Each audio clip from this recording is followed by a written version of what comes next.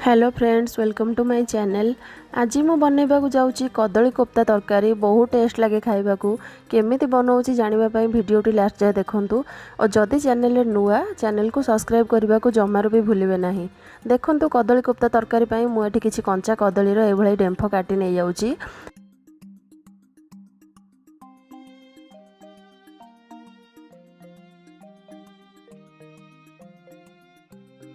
कदली गुड़िकर डेंफ मु भल भाव काटी नहीं कदली गुड़िक धोई देइछि एवं ताहाकु मु कुकर रे दे दोउछि।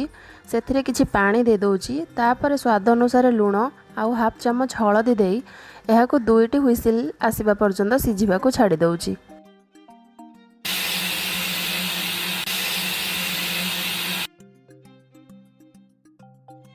एठी गोटे चपर रे मु 6 रु 7 गोला रसुण नै जाइछि, 1 इंच रो अदा, गोटे बड़ पियाज, 2टी कंचा लंका और किछि भुर्संग पत्र। एहाको मु भलो भाबरे चॉप कर नउची। देखंतु एबे हमर कदली गुडी को भलो भाबरे सिझी जाइछि। याको हम गोटे थाली रे बाहर कर नबा।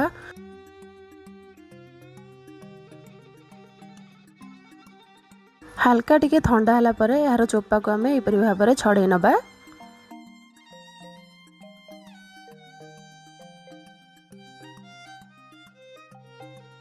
कदली गुड़िकर चोपा छड़ेला परे आमे गोटे कंटा चामच साहाय्य एहाको भल भाबरे मैश कर नबा।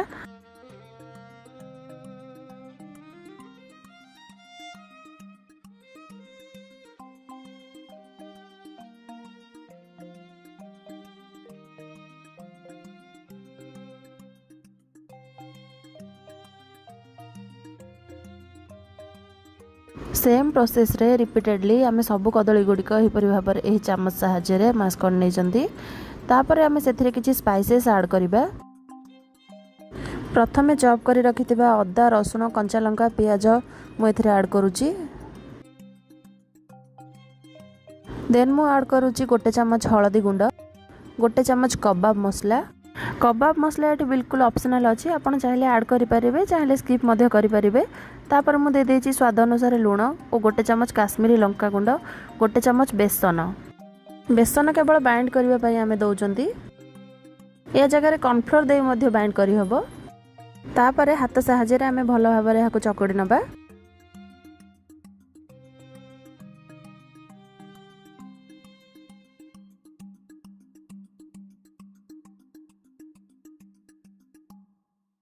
तापर आमे को ए टाइप रो बॉल रो शेप दे दबा।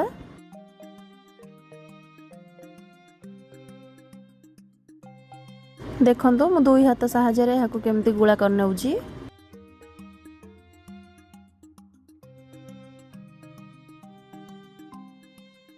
एबे कोफ्ता हमर रेडी हो जाई छै छाणीबा पई। कढ़ाई रे तेल गरम करी एहाको आमे मीडियम फ्लेम रे छाणीबा।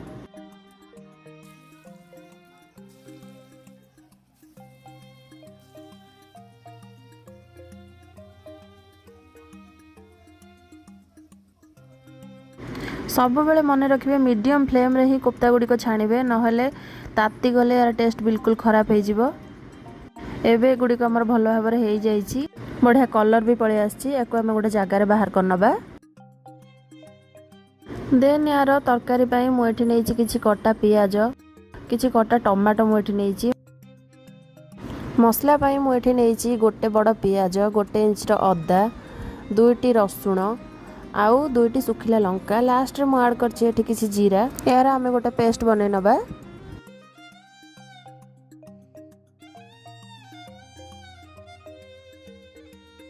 देन सेम कड़ा रे तेल गरम करी मु सेथिरे किछि चीनी देछि। तापर किछि गोटा जीरा ऐड करछि। तापर दे देछि कटा पियाज।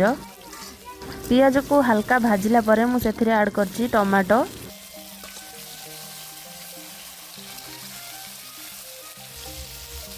टमाटो देला परे मु एठी दे देछि बाटी रखिथिबा मसला। एको हमें भलो भाबरे कसी नबा। तापर मु एठी दे देछि 1 चम्मच लूण, 1 चम्मच हळदी गुंड, 1 चम्मच काश्मीरी लंका गुंड। एक्चुअली हळदी पकेला बेले मु वीडियो टी करबा को भूली जाइथिली। देन हमें एको भलो भाबरे मिक्स करनबा।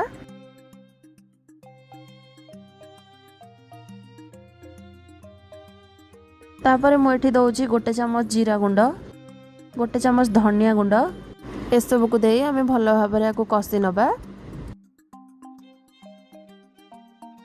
पाखापाखि 5 ରୁ 7 मिनिट कषिला मुझे पानी दे या भल भाव में फुटा छाड़ी तापर मुझे कोफ्ता गुड़िक आड कर नौची। कोफ्ता गुड़िक सब बेले तरकारी लास्ट रे ही आड करेंगे।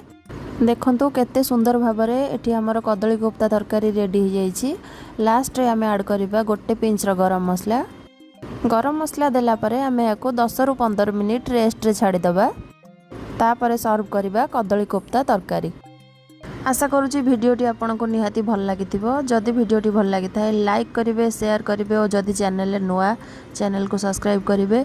पुणी देखा नुआ एक भिडियो रे। रहिले धन्यवाद।